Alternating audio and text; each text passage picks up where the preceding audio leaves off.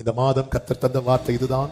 அவனுக்கு முன்பாக வாசல்கள் பூட்டப்படாதிருக்க கதவுகளை நான் திறந்து வைப்பேன். உனக்கு முன்பாக வாசல்கள் பூட்டப்படாதிருக்க. ஆமே, அதாவது வாசல்கள் சொல்லும்போது 2 டோர் வருது. கர்த்தர் ஓபன் பண்ணா பாதியில கர்த்தர் ஓபன் பண்ணா வாசல்களை திறப்பார். ஒரு டோர் ஓபன் ஆகுதுன்னா உனக்கான அடையாளம், 2 ஓபன் ஆகுதுன்னா கிளம்புன்னு அர்த்தம். இரண்டாவதாக ஏன் கர்த்தர் வாசல்களை திறந்து வைக்கிறார் தெரியுமா? ஆமே, நாம் அடைந்து கிடப்பதை அவர் விரும்பவில்லை. ஆமென். சீஷர்கள் 10 நாட்கள் அறையில் அடைக்க வைக்கப்பட்டு வெளியே கொண்டு வந்த போது அவர்கள் எருசலேமுக்கும் சமாரியாவுக்கும் யூதேயாவுக்கும் உலகம் எங்கும் ஆசீர்வாதமாய் மாறினார்கள். அடைத்து வைக்கப்படுவது தேவ நோக்கம் அல்ல.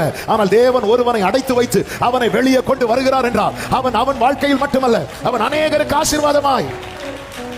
மூன்றாவதாக தேவன் நமக்கு தரும்படி தீர்மானித்த அனைத்தையும் நாம் பெற்றுக் கொள்ளும்படியாக கர்த்தர் நமக்கு முன்பாக வாசல்களை திறந்து வைக்கிறார்.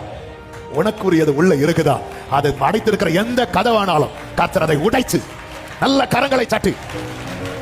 நான்காவதாக நம் மூலமாக நிறைவேற்றப்பட வேண்டியவைகள் நிறைவேற்றப்பட கர்த்தர் என்ன செய்கிறார்? கதவுகளை திறந்து வைக்கிறார். என் தேவன் யார் தெரியுமா? அவர் ராஜா அல்ல, ராஜாக்களை தள்ளி ராஜாக்களை ஏற்படுத்துகிறவர்.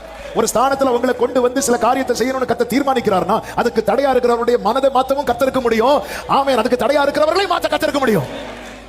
ஐந்தாவது ஒரு காரியத்தை சொல்லி சொல்லுங்க. எதற்காக கர்த்தர் இதை செய்கிறார்? கர்த்தரால் அழைக்கப்பட்ட சகோதரா சகோதரி, அபிஷேகம் பண்ணப்பட்ட சகோதரா சகோதரி, உனக்கு முன்பாக வாசல் அல்ல, வாசல்கள் திறந்து வைக்க கர்த்தர் கதவுகளை திறந்து வைக்கிறது. உன் மூலமாய் கர்த்தர் அநேகருக்கு அறியப்படும்படியா. அப்படி என்றால் எத்தனை பேர் இந்த காலை வேளையில சொல்ல முடியும்? நான் அடைக்கப்பட்டு தான் இருக்கிறேன், ஆனா எனக்கு ஒண்ணு நிச்சயமா சொல்ல முடியும், அதற்குள்ளே கர்த்தர் வந்து நிற்கிறார். அப்படி சொல்றவங்க மட்டும் வலது கரத்தை உயர்த்தி சொல்லுங்க பார்க்கலாம். என்னை வெளியே கொண்டு வரும் வேளை வந்து விட்டது.